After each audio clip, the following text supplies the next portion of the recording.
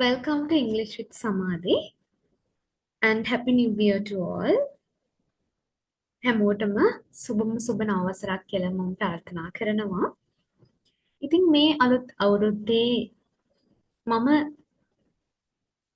Decide කරලා තියෙනවා මගේ WhatsApp channel එකේ, මගේ YouTube channel එකේ සහ මගේ Facebook page එකේ ඉන්න ඔයාලට වැදගත් ඉංග්‍රීසි පාඩම් මාලාවක් English lesson series එකක් අරගෙන එන්න. ඉංග්‍රීසි කතා කරන්න ආස, ඉංග්‍රීසි ඉගෙන ගන්න ආස, ඉංග්‍රීසි ලියන්න ආස. කිසිම වයස් සීමාවක් නැති හැමෝටම මේ lessons බලලා ඉගෙන ගන්න පුළුවන්. ඉතින් මේ හැමෝම වෙනුවෙන් මම lesson series එක අරන් එනවා. මම හිතනවා මේක ඔයාලට ගොඩක් වැදගත් වෙයි කියලා. ඉතින් මම කලිනුත් මගේ WhatsApp channel එක හරහා මම මේ විදිහට lesson upload කරා සහ ඒව Facebook page එකෙත් upload කරා. නමුත් මේක මම නොකඩවා කරන්න හිතන් ඉන්න සහ ටිකක් වෙනස් concept එකක් යටතේ සිදුවෙන lesson series එකක් වෙයි. අපි වැඩි කතා නැතුව lesson එකට යමු. The title or the topic is the gerund. This is very familiar one, but we are using these kinds of words but without knowing the topic. මේ topic එක දන්නේ නැතුව අපි මේ වචන පාවිච්චි කරන වචන කිව්වේ I have given you a picture of a bird, so that's one. ඒ ගැන තමයි මම මේ කතා කරන්නේ. Right. Now you can see in this picture, now you can see there are few words: stopping, standing. No stopping or standing. In some public area, you can see these kinds of words. ගොඩාක් public areas වල පොදු ස්ථානවල මේ වගේ වචන දැක ගන්න පුළුවන්. No stopping or standing. No stopping or no turning. වගේ වචන දැක ගන්න පුළුවන්. එතකොට මේවට අපි කියනවා ඉංග්‍රීසි වල gerund එකක් කියලා. දැන් ඔයාලට මෙතන දැක ගන්න පුළුවන් මේ යම්කිසි verb එකකට මොකද්ද කරලා තියෙන්නේ? verb එකකට add කරලා තියෙනවා ing form එක. ing form එක add කරලා තියෙනවා. Right? Then all gerunds end in ing and they are similar in forms to the present participle. මොකද්ද මම කිව්වේ? මේ gerund එක සමානයිලු සමාන ලකුණක් දාලා මම කියන්නම්. present participle වලට. Right? present participle එකක් කියන්නේ verb එකට ing form එක එකතු වුණ වචනයට, පදයට. As an example, you already know about that, right? As an example, මම කියනවා මෙහෙම. I'm writing an essay. මම රචනාවක් ලියමින් ඉන්නවා. දැන් මෙතනක් තියෙන්නේ මේ picture එකේ තියෙනම ing form එක එකතු වෙච්ච වචනයක්. මේක අපි හඳුන්වනවානේ verb එකක් කියලා. මේක අපි හඳුන්වනවා verb එකක් කියලා. right? ඔන්නම ඒක යටින් underline කරා බලන්න මේක අපි හඳුන්වනවා verb එකක් කියලා. නමුත් මේ picture එකේ තියෙන no stopping no standing කියන එකේ තියෙන්නේ verb එකක් නෙමෙයි.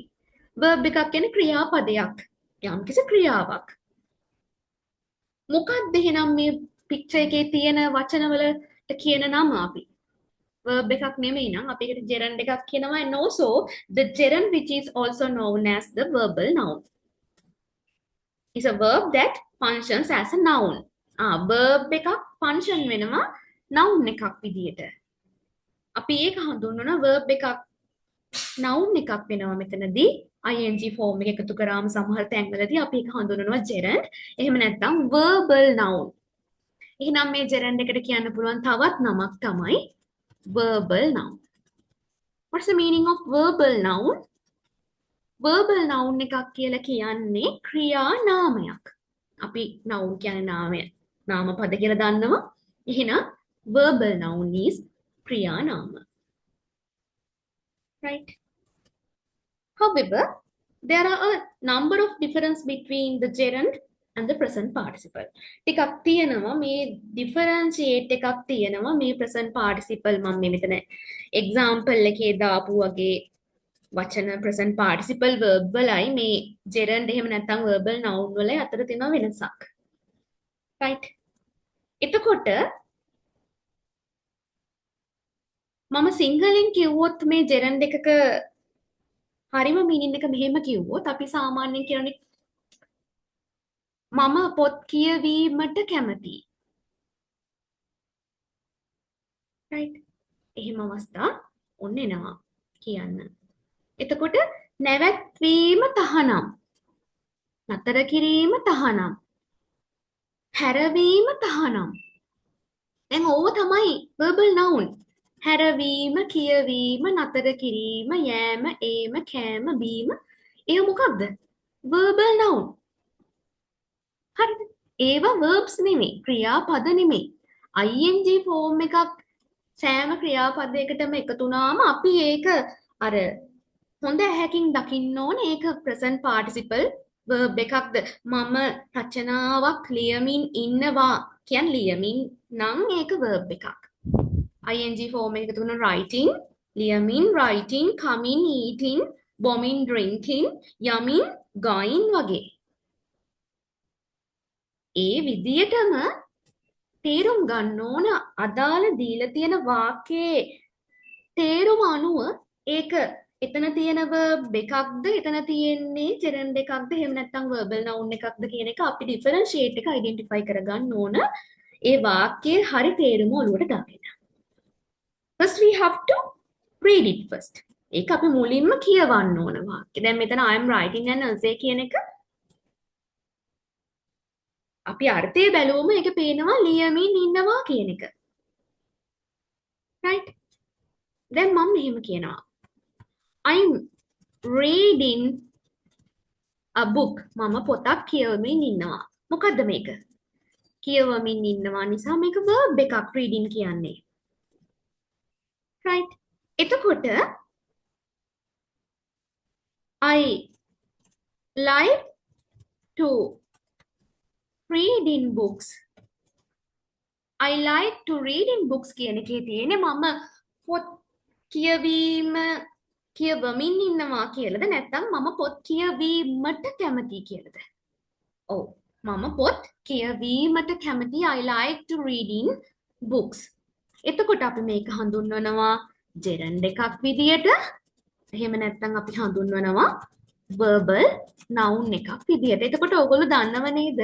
අපි highway එකේ යද්දී expressway එකේ යද්දී ඔයාලා දකිනව නේද ඔය no stopping turning කියලා දාලා තියෙන no turning වගේ දාලා තියෙනවා නේද? එතකොට ඒව මතක තියාගන්න ඒව gerund. කී එතන තියෙන verbal noun එකක් ක්‍රියා නාමයක්. නැවැත්වීම කරන්න එපා. හැරවීම කරන්න එපා කියලා තියෙන සමහර තැන්වල no parking කියලා දාලා තියෙනවා. As an example. No parking. No parking. Park කරන්න එපා කියලා තමයි තියෙන්නේ. පාක් කිරීම තහනම් කියලා තමයි තියෙන්නේ. අපි ඒව හඳුන්වනවා verbal noun එකක් විදියට. right? එතකොට සමහර වෙලාවට දැන් මේකේ තියෙන පොඩි points කිහිපයක් මම ඒ points ටික පොඩ්ඩක් දාන්නම්. පළවෙනි එක තමයි වාක්‍යක subject එකක් විදියට මේ gerund එක දාන්න පුළුවන් සමහර වෙලාවට. The subject in a sentence. මොකද්ද මේ the subject in a sentence කියලා කියන්නේ? මම මෙහෙම කියනවා. Writing an essay is my hobby. Writing an essay is my hobby. රචනාවක් ලිවීම මගේ hobby එක. Writing an essay is my hobby. එතකොට බලන්න මේ වාක්‍යයේ writing කියන එක තියෙන්නේ subject එක විදිහට. වාක්‍යයේ මුලට එන කෙනා අපි කියන එක subject එක විදිහට තියන්න පුළුවන් නේ. So රචනාවක් ලිවීම මගේ හොබි එක. එතකොට writing an essay is my hobby. right බලන්න මේක අපිට දාන්න පුළුවන් වාක්‍යයේ මොකක් විදියටද? subject එක විදියට. The second one is අපිට පුළුවන් මේක object එක විදියට දාන්න as a the direct object. ඍජුවම object එක විදියට කර්මය විදියට අපිට මේක දාන්න පුළුවන්. මෙහෙම. My father taught me fishing. Fishing මාළු ඇල්ලීම නේද? එතකොට my father taught me fishing. So now you can see fishing as an object here. මෙතන ඔයාට fishing කියන එක දක ගන්න පුළුවන් as an object. නේද? ඒ කියන්නේ ඍජු කර්මය විදියට මේ වාක්‍යය දැක ගන්න පුළුවන් වාක්‍ය අවසානයේදී. right? එතකොට මෙන්න මේ වගේ තවත් කිහිපයක් තියෙනවා. නමුත් මම මේ දෙක ටිකක් ප්‍රධානයි. ඒක නිසා තමයි මම මේ දෙක චුට්ටක් මේ විදියට පෙන්වන්නේ. ඉතින් මේ විදියට අපිට පුළුවන් every time we can use gerund or verbal noun. gerund කියන්නත් පුළුවන්, verbal noun කියන්නත් පුළුවන්. දැන් මට කෙනෙක්ට කියන්න පුළුවන් මෙහෙම. Please stop blaming. බනින එක නවත්තන්න. කරුණාකරලා බනින එක නවත්තන්න. Please stop blaming. right? බැනීම බනින එක නවත්තන්න. නේද? තව මේ වගේ examples ඔයාලා දැන් මේ lesson එක බැලුවට පස්සේ හදන්න. එතකොට මේක මතක තියාගන්න this is not the verb. This is verbal noun or the gerund. මේකට අපි කියන්නේ gerund එකක් verbal noun එකක් ක්‍රියා නාමයක් කියලා. right? තව එකක්.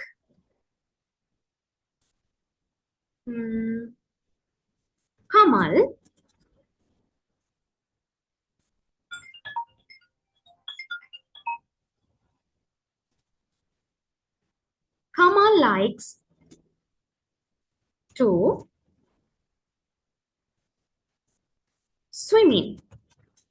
Kamal likes to swimming. Kamal swim කිරීමට පිහිනීමට කැමති. Kamal likes to swimming. එතකොට බලන්න මෙතන දැන් swim පිහිනන්න කියලා නෙමෙයි පිහිනීමට. Kamal likes to swimming. එතකොට මෙතන swimming කියලා කියන්නේ verbal noun එහෙම නැත්නම් gerund එකක්. So we have to have identify that is gerund, that is verb. එක gerund එකක්ද මේක verb එකක් කියන එක අපිට differentiate එක identify කරගන්න පුළුවන්. දැන් මෙහෙම කිව්වොත් Kamal is swimming now. Kamal is swimming now කියලා කිව්වොත් මේක මොකක්ද? මේක verb එකක්. Kamal පිහිනමින් ඉන්නවා දැන් මේ මොහොතේදී. Kamal is swimming now. එතකොට බලන්න Kamal මේ මොහොතේ පිහිනමින් ඉන්නවා. එතකොට මේක අපි හඳුන්වනවා මේ swimming මේකේ තියෙන swimming එක verb එකක්.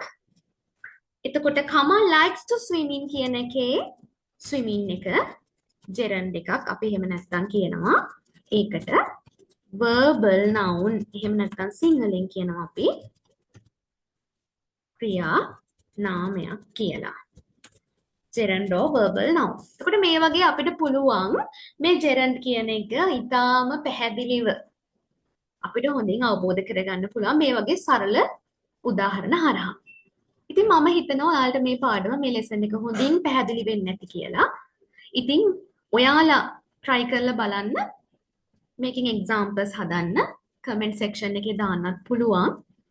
examples හදලා මේ lesson එක හරියට clarify කරගන්න. ඉතින් ඊගා lesson එකකින් හම්බ වෙමු. අදට මම lesson එක end කරනවා. Thank you all.